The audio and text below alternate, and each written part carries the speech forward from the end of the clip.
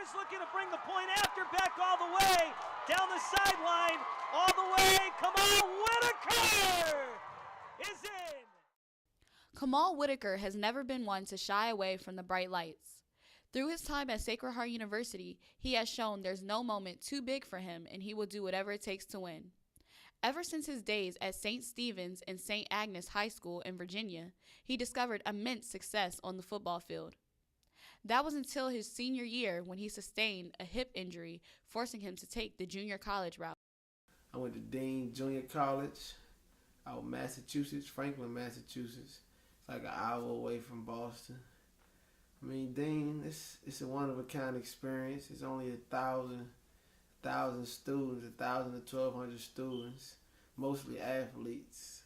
So, you know what that means? The grind got to be real when you get there.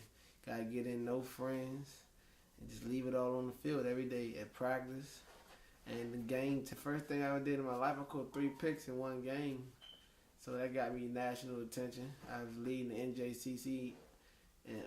NJCCA in interceptions for a couple of weeks, but then I lost it because I ended up tearing my labrum during the 7th game of that season.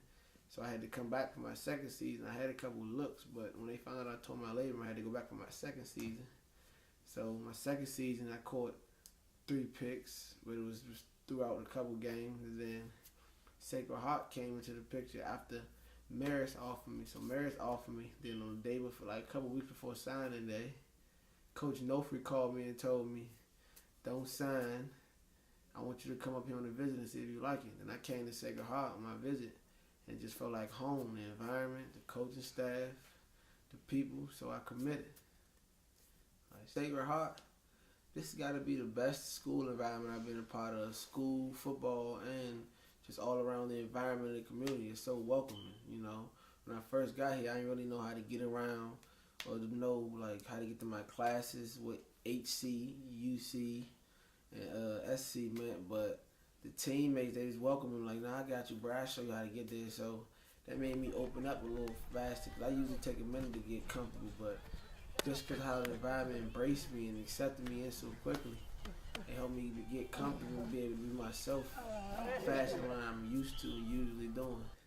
And so far, I'm kind of liking it. Each day I feel like I get better and better acquainted with the community, the football staff, and especially my teammates. I feel like we're becoming more like a family now, so we're starting to understand each other's strengths and weaknesses, so we're going to be great this upcoming season. So, you know, I'm loving it. So when Khaamal got here, he was pretty quiet, pretty reserved. He didn't really open up for a while. We went through football. We would go there. He would kind of do his thing. We would come back. Probably for the first 2 weeks, we didn't talk much. He kept in touch with his family members back home more often than talking to us. Took us a while for him to open up until he saw how the group interacted with each other.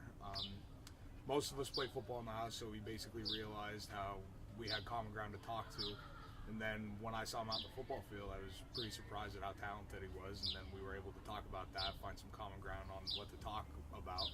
And then from there, it just kind of blossomed into a pretty good relationship where we've been really good friends from here on out. And, you know, we'll play PlayStation or hang out, watch TV, do whatever we want to do. And there's really no setbacks, no awkward moments anymore because we're really good friends. And just from there, it's just been really cool to get to know this kid. Back in 2011, Khaamal had a life-changing experience when he lost his best friend due to gun violence. Keith, if I had to describe Keith in one word, I'd describe him as a soldier, man, because he was a leader in a way, because he was a little dude. He was only like 5'6", 5'7", but you wouldn't be able to tell that from his heart, man. He ain't take nothing from nobody. And he always, if your Keith mess with you, he'd give you his last if he had to, man. If you really wanted to, he'd be somebody you could talk to, have a heart-to-heart with. That's how me and Keith got close. We used to always walk to the store and have heart-to-hearts, and we used to realize let each other know what it was and what we expected out of life, man. And he had big dreams, and I ain't even gonna call them dreams. He had big views and big goals, and I knew he was gonna accomplish them if he had the time on this earth to do it. But God called him home early, man.